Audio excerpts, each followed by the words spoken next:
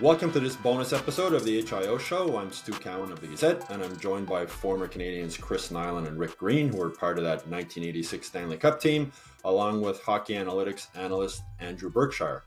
On this episode, we're going to answer a question from HIO Show viewer Stefan Viola, who asks, if the Canadians keep their 2024 first-round picks, should they select the best available player irrespective of position, or should they get the best available player among forwards? Let's start with the former forward, Knuckles. I would say forward. Listen, they're well stocked as far as defensemen. They are right now. So that's a good problem to have, like we said.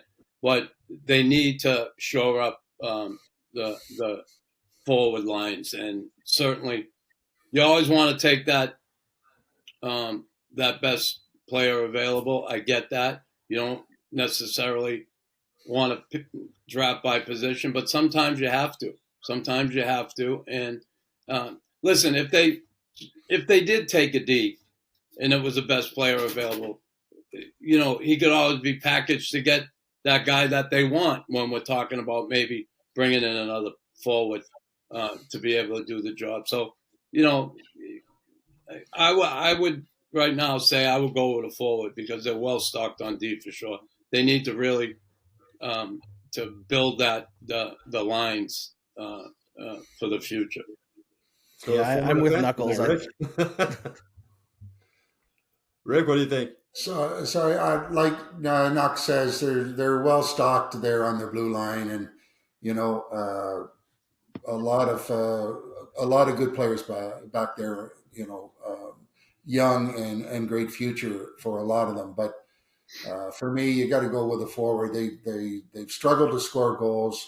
They're looking to add to help out on the scoring punch, and you got to find a guy up front that can potentially be a guy to be very, very creative offensively and help out in that department, because that's, to me, is their weakness, and they got to find a way to kind of repair that the best way they can, which is, pick a real good forward that can make it happen.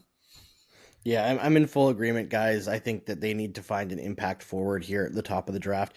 If they keep their second first-round pick, then, of course, best player available. That totally makes sense.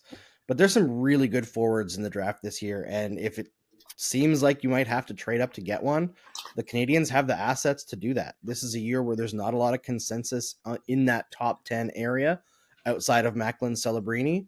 So Kent Hughes and Jeff Gorton have the ability right now to make a statement.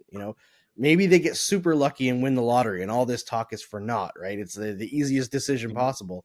But if they can find one of Caden Lindstrom or Ivan Demidov or even Berkeley Catton, I've heard a lot of good things about. Cole Iserman is there as a high-end goal scorer. There's a lot of good players available who maybe not will be part of the picture next year, but a couple years from now, make a great second-line player, and that's really important based on the organizational depth of this team. It's very clear to everyone they need high-end forwards.